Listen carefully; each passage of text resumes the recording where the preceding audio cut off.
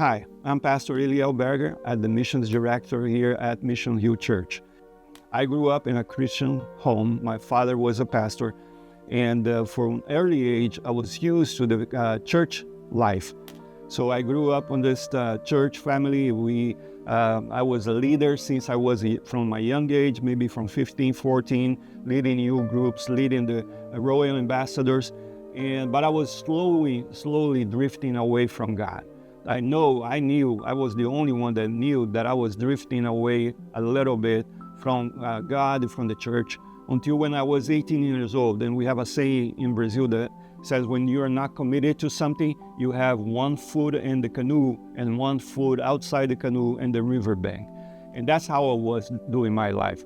But what happened is when you do that, the canoe starts drifting away from the banks, and it starts getting harder and harder for you to keep that position, one foot in, one foot out. And of course, I made a decision to leave the church.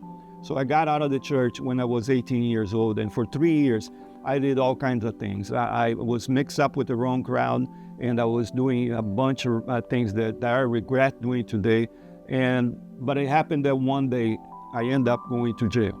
And we spent less than 24 hours in that jail. But when I was in that jail, I remember vivid in my mind, a very small place, dark, humid, and the smell was horrible. I still remember the smell. And I remember that I made a pact with myself right there that I was not going to stay in jail for too long. If that would have to happen, I would have to kill myself. So there is a small window in the jail with the bars, and I thought, okay, I'm gonna take my clothing, I'm gonna put it in there, and I'm gonna hang myself into that because I'm not gonna go to jail. But right there, God spoke to me, and the image that came to my mind very clear was the prodigal son. I was the prodigal son.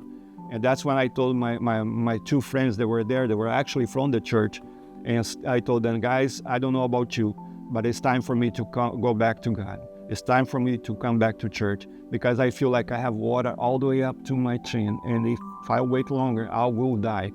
So and they told me, I remember they tell me, now for us, it's not the time yet. So I went back that same week, I went back to church, and I went to an event, a Word of Life event for young people. And I was there sitting on the last pew because I was embarrassed that people would see me there. It was in my neighborhood where everybody knew me.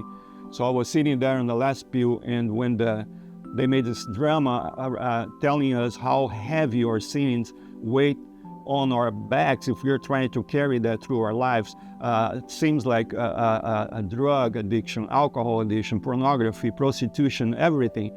Those things are heavy on our back, and you can't carry on with your life. And Jesus came to take that away from you.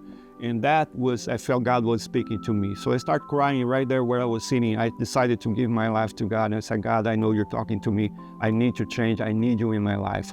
And then he asked that guy, the young man in front, I asked, hey, if you made a decision, raise your hand. And I said, God, I don't need to do that. That's just between me and you. The people here don't need to know about that. But God told me, no, you gotta make a public decision about this. So I raised my hand. And then he asked next, everybody that raised your hand, come forward. And I told God, I'm not doing that. Everybody in here knows me. I can't walk all the way to the front. They will see me. And God told me very clearly, you did all that you did in the past publicly. You didn't hide from anybody. So now you have to do this publicly so that everybody will see that your life changed. So I asked God to make me walk out to the front, to help me walk. And he did. So I started walking to the front. When I got to the stage, I remember, and this is the last thing I remember about that day, that a young man with a long hair embraced me, gave me a hug, and told me, hey, this is the hug that Jesus was waiting to give to you until today. And that's how my life changed.